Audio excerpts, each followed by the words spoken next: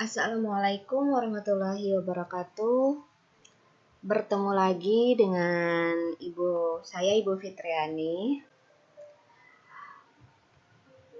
Pada kesempatan kali ini kita akan belajar IPA kelas 8 dan melanjutkan materi kemarin, yaitu tentang gaya. Yang akan kita bahas di gaya ini adalah hukum dari Newton yang terdiri dari hukum 1 Newton, hukum 2 Newton, dan hukum 3 Newton.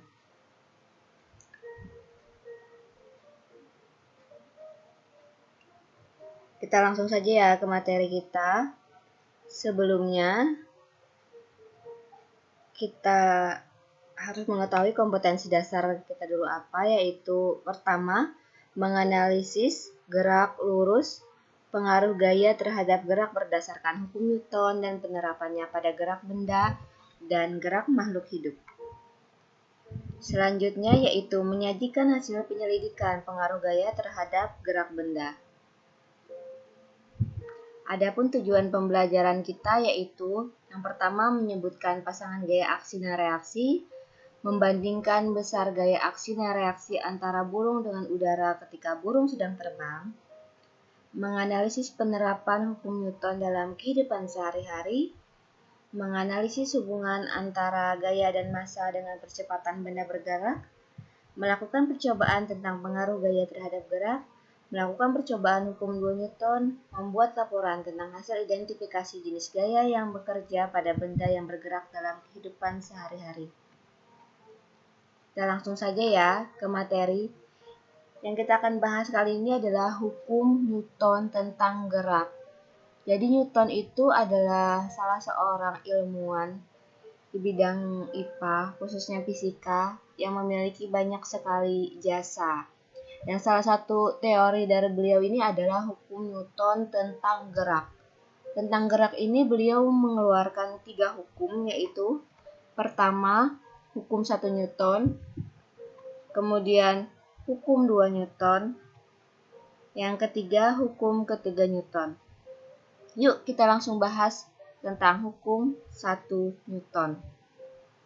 Hukum 1 Newton.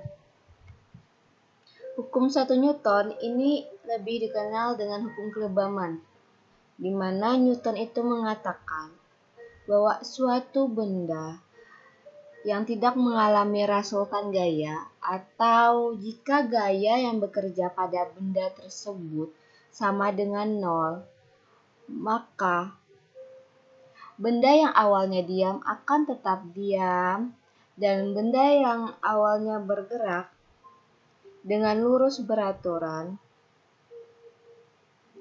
akan tetap bergerak dengan lurus beraturan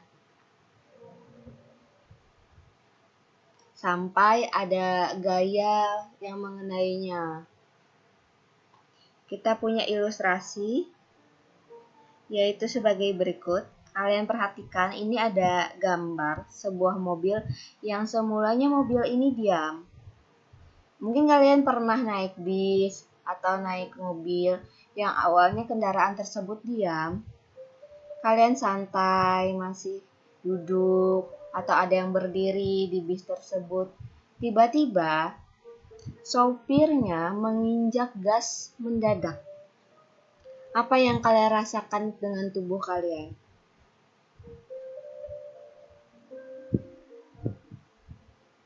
Kalian lihat gambar ini.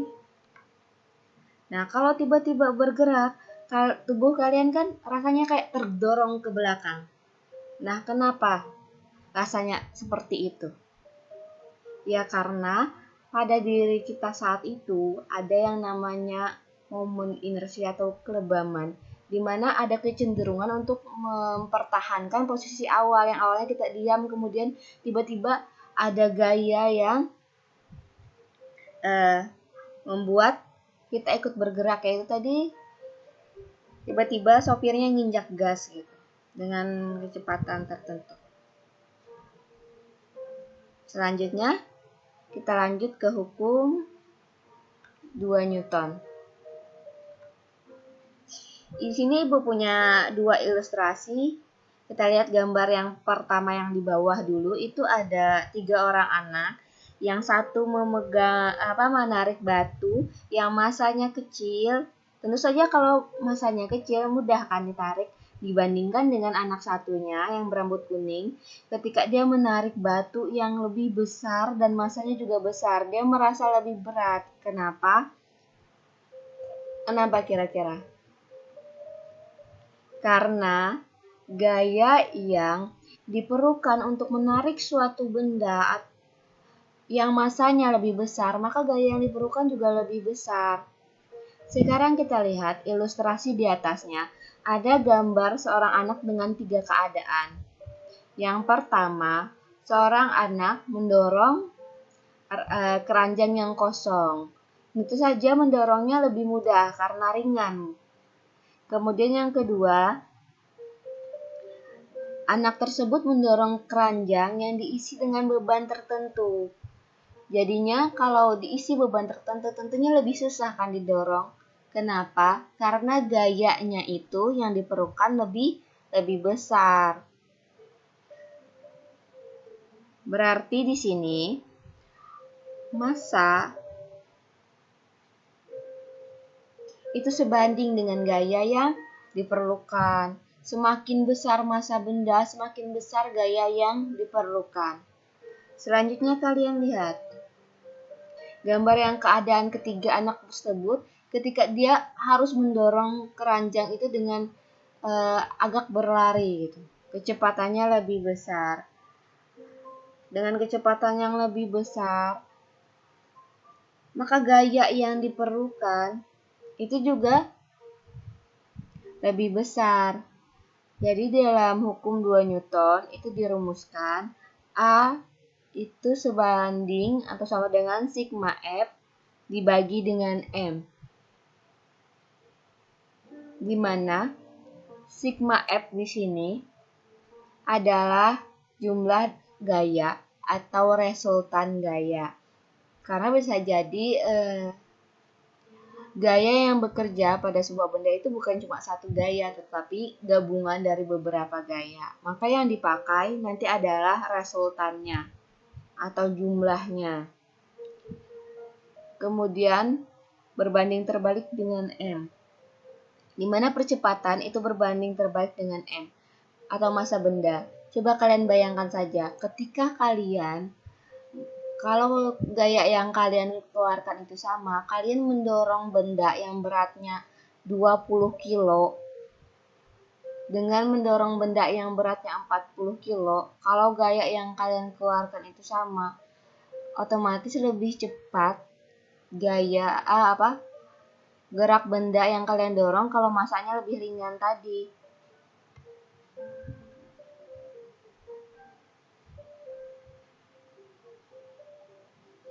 Di mana keterangannya ini Ibu bacakan. A itu percepatan benda, satuannya meter per sekon kuadrat, F adalah gaya, satuannya Newton, M adalah massa benda, satuannya kilogram.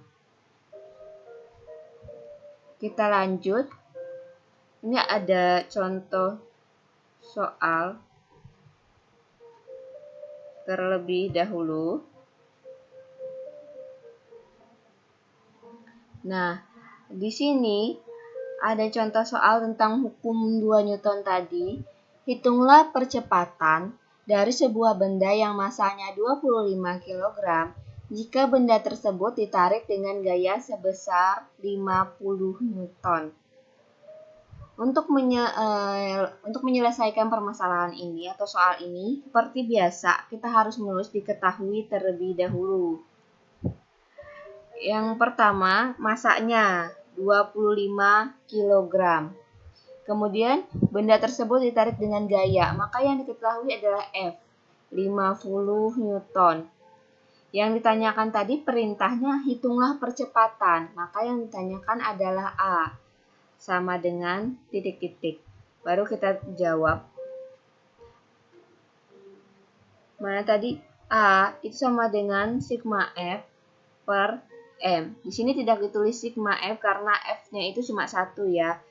Sama dengan F-nya 50 Newton, kemudian dibagi masanya 25. 50 bagi 25 itu 2. Satuannya meter per sekon kuadrat. Oke, baiklah. Kita lanjut lagi ke hukum 3 Newton.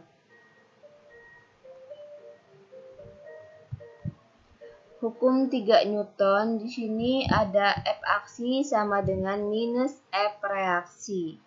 Jadi kalau kalian pukulkan tangan kalian ke meja atau ke lantai, maka kalian sebenarnya mendapatkan gaya yang sama dari lantai atau tembok yang kalian pukul tadi. Cuma arahnya berlawanan. Di sini Bu ada ilustrasi contohnya roket. Nah, hukum 3 Newton itu selalu bekerja pada dua buah benda. Besar gayanya sama dengan besar gaya yang diberikan. F aksi sama dengan F reaksi, tetapi minus tanda F reaksi di situ artinya arahnya berlawanan, saling berlawanan. Misalnya kalian memukul tembok, maka tembok memberikan gaya, kalian memberikan gaya ke arah tembok, tembok memberikan gaya ke arah kalian.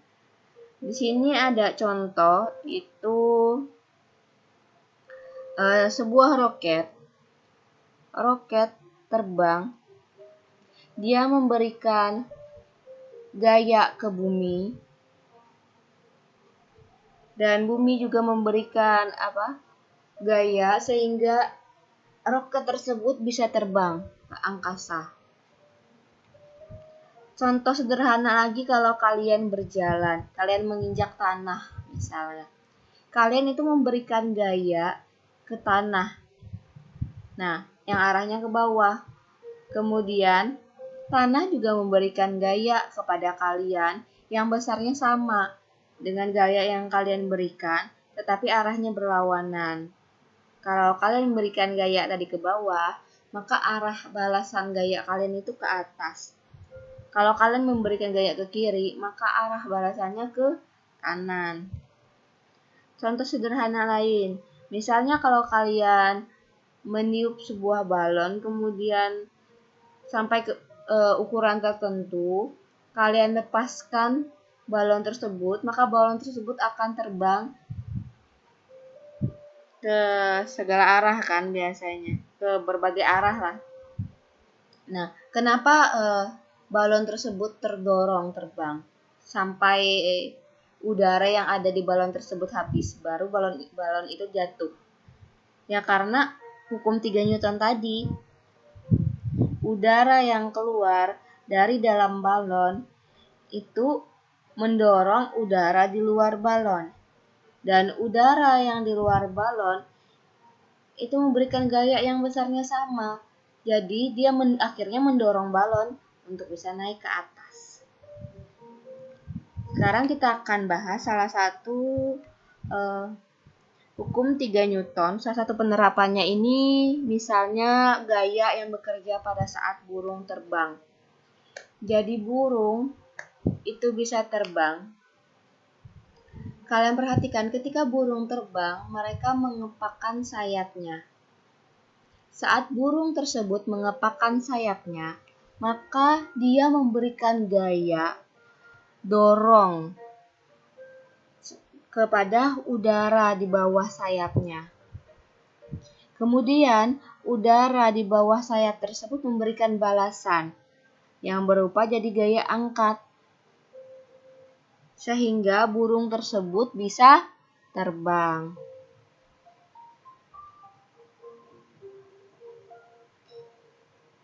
Kiranya itu saja yang bisa Ibu sampaikan pada kesempatan kali ini. Mohon maaf atas segala kesalahan dan kekurangan.